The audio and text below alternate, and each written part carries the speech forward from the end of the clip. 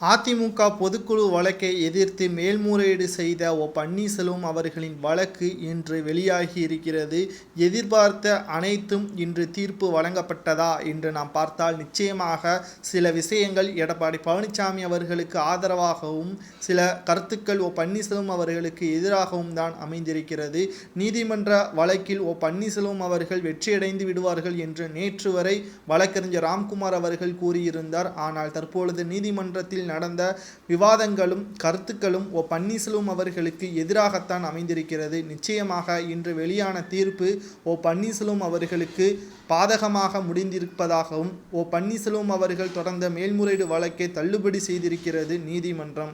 காரணம், அனைத்திந்திய அண்ணா திராவிட முன்னேற்றக் கழகத்தின் பொதுக்குழுவில் எடுக்கப்பட்ட தீர்மானங்கள் அனைத்தும் செல்லும் என்று உச்சநீதிமன்ற நீதிபதிகள் கூறிவிட்டார்கள். இது பன்னீர்செல்வம் அவர்களுக்கு மிகப்பெரிய ஒரு வேதனையான செயலாக இருந்தாலும் மேல்முறையீடு வழக்கை எதிர்த்து மீண்டும் ஒரு வழக்கை பன்னீர்செல்வம் அவர்கள் தொடங்கலாம். அதாவது அதிமுகவின் கொடி மற்றும் சின்னத்தை பன்னீர்செல்வம் அவர்கள் பயன்படுத்தக்கூடாது என்ற வழக்கை எதிர்த்தும் கட்சியிலிருந்து நீக்கியது தவறு என்றும் தற்பொழுது மனு தாக்கல் பன்னீர்செல்வம் அவர்கள் போடலாம் என்று நீதிபதி கூறியிருப்பது பன்னீர்செல்வம் அவர்களுக்கு வெற்றியை தேடி தந்திருக்கிறது. இந்த பொதுக்குழு வழக்கு செல்லாது என்று தொடர்ந்த வழக்கில் மட்டும்தான் பன்னீர்செல்வம் அவர்கள் தோல்வியடைந்திருக்கிறாரே தவிர கட்சியிலிருந்து என்னை நீக்கியதற்கான காரணமோ என்ன என்பதை தெரியப்படுத்தாத எடப்பாடி பழனிசாமி அவர்கள் அதற்கான விளக்கத்தை கேட்டு பன்னீர்செல்வம் அவர்கள் உயர்நீதிமன்றத்தில் வழக்கு தொடங்கலாம்.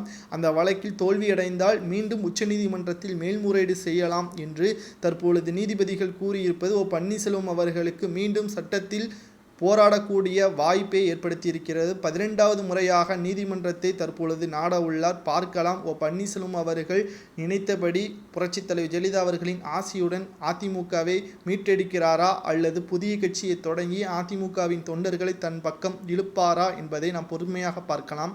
உங்களது கருத்துக்களை கூறுங்கள். இனியும் அதிமுகவை மீட்டெடுக்கும் நோக்கத்தில் பன்னீர்செல்வம் அவர்கள் சட்ட ரீதியான நம்பிக்கையை தொடங்கலாமா அல்லது புதிய கட்சியை OPS தொடங்கலாமா என்பதை கமெண்ட் வாயிலாக கூறுங்கள்.